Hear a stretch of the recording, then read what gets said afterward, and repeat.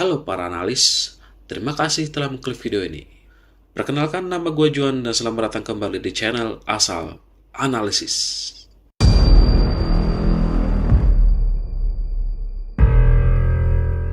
Menurut kalian nih guys, apakah UFO itu memang ada? Atau itu cuma cocokologinya para UFO hunter? Kalau dibilang nggak ada, tapi kok kayaknya ada bukti. Kalau dibilang ada, tapi buktinya kok kayak cocokologi. FYI aja nih guys, di Jepang sana ada loh perpustakaan yang sampai sekarang masih menyimpan manuskrip dokumen yang isinya tuh kayak catatan penampakan yang diduga adalah bukti adanya UFO. Nah, di video kali ini, gue akan menceritakan mengenai penampakan UFO yang berhasil terdokumentasikan dengan baik sejak lebih dari 200 tahun yang lalu di Jepang sana. Penasaran bukan? Makanya pantau terus video ini, jangan sampai meleng, karena ceritanya baru saja dimulai. Kayak yang tadi gue udah bilang guys, cerita kali ini berasal dari negara Jepang. Jadi di negara Jepang sana ya, ada sebuah perpustakaan yang bernama Iwase Bunko. Dan di perpustakaan itu, terdapat sebuah manuskrip atau dokumen yang diperkirakan berumur lebih dari 200 tahun. Yang mencatat secara rinci mengenai penampakan suatu benda asing yang diduga itu adalah UFO. Manuskrip itu berjudul Hyoryu Kishu, atau disebut juga sebagai Tales of Castaway, yang dicetak sekitar akhir periode Keshogunan Edo. Nah, periode Keshogunan Edo sendiri tercatat berlangsung dari tahun 1603 sampai dengan tahun 1868 guys. Dan dokumennya sendiri diperkirakan berasal dari setidaknya tahun 1803. Dan isinya itu sempat viral di kalangan komunitas UFO loh guys. Emangnya apa sih isinya kok bisa sampai viral di kalangan komunitas UFO? Jadi, dokumen ini tuh sebenarnya kayak kumpulan catatan-catatan gitu guys, yang menceritakan kisah mengenai pelaut Jepang yang nyasar ke negeri lain. Dan juga mencatat segala sesuatu benda asing yang terdampar di pantai Jepang pada saat itu guys. Bagi orang-orang Jepang yang pada saat itu hidup di dalam periode isolasi nasional panjang banget guys, cerita-cerita eksotis seperti ini pasti selalu akan tampak fantastis. Ibaratnya kayak pas teman kalian habis dari Korea nih guys. Lalu setelah mereka pulang, mereka menceritakan kisah jalan-jalan mereka di Korea ke kalian. Nah, kalian yang sebelum pernah ke Korea atau mungkin baru mau ke Korea atau mungkin memiliki cita-cita ke Korea, pasti ya merasa tertarik dong dengan cerita-cerita seperti itu.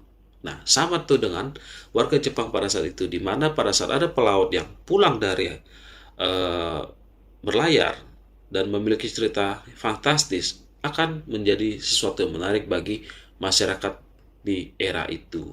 Di antara banyaknya kisah yang berhasil dicatat dalam buku itu, ternyata ada satu kisah yang menarik banget nih. Kisah ini menceritakan mengenai sebuah kapal dengan bentuk yang misterius dan aneh yang terdampar di pantai Jepang pada saat itu. Kejadian ini sendiri diperkirakan terjadi pada tanggal 22 Februari pada tahun 1803 di dekat desa Harashigahama di Hitachi no Kuni yang sekarang disebut sebagai prefektur Ibaraki. Menurut dokumen itu, badan kapal yang terdampar digambarkan memiliki tinggi sekitar 3,3 meter dengan lebar sekitar 5,4 meter. Disebutkan juga dalam catatan itu, kapal tersebut dibangun menggunakan kayu cendana merah dan bagian bawahnya dilapisi oleh besi, serta juga dilengkapi dengan jendela-jendela kecil di bagian atas kapal tersebut. Selain memiliki bentuk yang aneh, kapal tersebut di dalamnya juga terdapat karakter-karakter aneh yang diduga itu adalah sebuah huruf. Akhirnya guys, cerita mengenai kapal terdampar tersebut menyebar di kalangan masyarakat desa dengan cepat.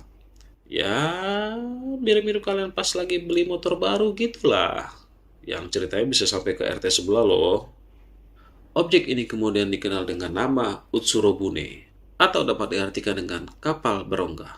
Nah, ternyata guys, di dalam kapal itu nggak kosong loh. Di dalam kapal misterius itu anehnya malah ada seorang wanita. Wanita ini dideskripsikan memiliki tinggi sekitar 1,5 meter.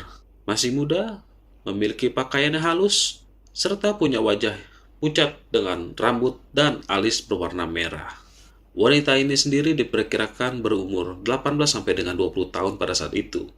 Sayangnya, dalam manuskrip itu tidak menceritakan dari mana asal wanita itu karena kembali lagi, wanita itu menggunakan bahasa asing yang pada saat itu tidak ada yang mengerti apa yang dibicarakan oleh wanita itu. Anehnya lagi guys, wanita itu memegang sebuah kotak yang berukuran sedang sekitar 50 cm, terbuat dari kayu polos dan memiliki kesan yang sangat penting untuk wanita itu. Soalnya, kotak tersebut selalu dibawa kemana-mana dan bahkan warga desa pun tidak diizinkan untuk memegang kotak itu. Walaupun telah dibujuk maupun diancam di bawah tekanan guys. Lalu, di dalam kapal tersebut juga ditemukan beberapa persediaan makanan dan juga sebuah tempat tidur. Mungkin kayak kasur gitu kali ya. Nah, tadinya nih guys, gue sempat kepikiran apa jangan-jangan nih cerita kayak gini tuh cuma sebatas dongeng atau semacam cerita untuk para masyarakat desa. Mengingat tadi kan udah gue sebutin ya, kalau masyarakat Jepang pada saat itu hidup di bawah isolasi nasional. Jadi kayaknya tuh cerita kayak gini ingin sengaja dibuat, perkiraan gue tadinya. Tapi ternyata guys, setelah gue baca-baca kesana kesini, termasuk dokumen yang gue baca ini, totalnya ada 11 dokumen yang membahas penampakan wanita dan juga kapal misterius ini.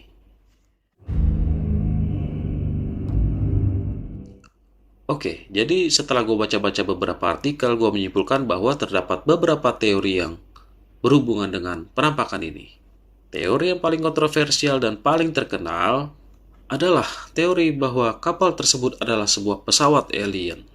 Alasannya, karena terdapat fakta bahwa apa yang dideskripsikan dalam manuskrip tersebut tidak pernah ditemukan sejenisnya di dalam literatur manapun.